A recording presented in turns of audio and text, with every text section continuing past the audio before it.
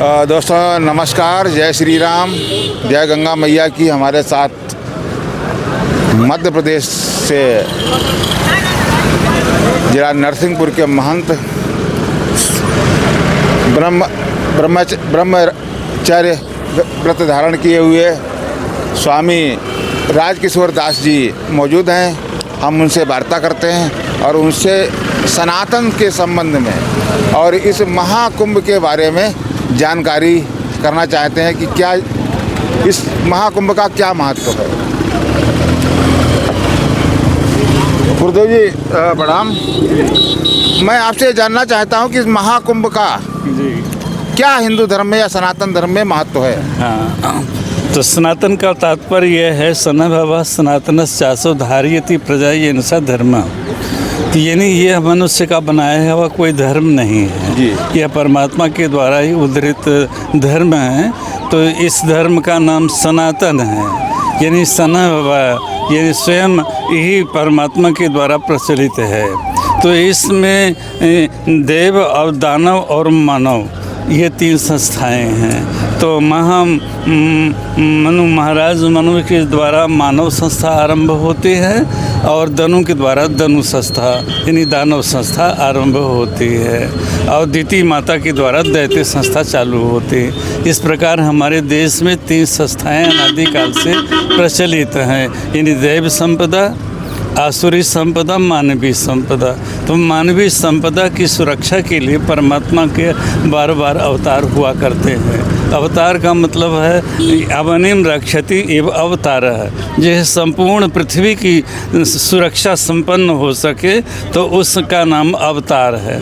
वो अवतार केवल हिंदू धर्म में माना जाता है, अन्य किसी भी संस्था में अवतार का कोई महत्व। अच्छा, सनातन धर्म के अलावा किसी धर्म में अवतार की कोई संज्ञा ही नहीं है। और दूसरी बात, सनातन धर्म सबसे पुराना आदिकाल से अनादि यानी किसी भी धर्म की शुरुआत होती है किसी आचार्य के द्वारा, तो उनका नाम होता है और तिथि होती है, जन्म तिथि होती है। लेकिन सनातन धर्म के रचयिता कोई मानव न होने से इसकी कोई जन्म तिथि नहीं है, इसलिए अनादितम धर्म है। तो इसलिए इसका कोई जन्म तिथि नहीं है तो मरण भी नहीं है। जिसका जन्म है तो जातस्य मृत्यु एवं, जिसका जन्म होता है मृत्यु अवश्य होती है। तो जो मानव द्वारा बनाए गए धर्म है वो कुछ दिन चलते हैं, किंतु यह सनातन धर्म परमात्मा का धर्म है। तो यह अनादिकाल से है और कितने बार इसको नष्ट करने के लिए प्रयास किया जा रहा है, किंतु यह अनादि है, इसलिए इसका आदि न होने से अनादि है, अनादिकाल तक चलेगा। सनातन धर्म एक ऐसा धर्म है जो आदिकाल से चल रहा है, वो आदिकाल तक चलता रहेगा। अच्छा गुरुदेव जी, हम आपसे एक बात जानना चाहते हैं। कुछ लोग हिंदुस्तान को जैसे हमारे धर्मावलंबी हिंदू राष्ट्र बनाना चाहते हैं, इस बारे में आपकी क्या राय है? इसमें कोई बुराई नहीं है। अनादिकाल से ये हिंदू राष्ट्र ही था, मुगल काल के पहले हिंदू राष्ट्र ही था और आज भी हिंदू संप्रदाय सर्वत्र देश में व्याप्त है। क्या हिंदुस्तान ही नहीं, बाहर भी विदेशों में भी भारतीय संस्कृति हिंदू धर्म के नाम से जानी जाती है। अब लोग मानते चले आ रहे हैं। अभी देखिए मेला क्षेत्र में हरे राम हरे कृष्णा एक संस्था काम कर रही होगी, तो ये भारत की संस्था तो नहीं है, इंग्लैंड की है, अमेरिका की है, जापान की है, रूस की है। यहाँ संस्थाएं चल रही हैं, यहाँ आकर के हिंदू धर्म का प्रचार भी ये कर रहे हैं। अरे गुरुदेव जी, आपका बड़ा देश में नाम है, नरसिंहपुर, और आपके आश्रम का भी बड़ा नाम है, लेकिन आपका जीवन बड़ा सादगीपूर्ण है, तो कोई दिखावा नहीं है। हाँ, तो गुरुदेव जी, आप अपना थोड़ा परिचय दे दीजिए, जिससे लोग हमारे यूट्यूब चैनल के माध्यम से आपको जान सके। वैसे जानता तो पूरा देश है आप।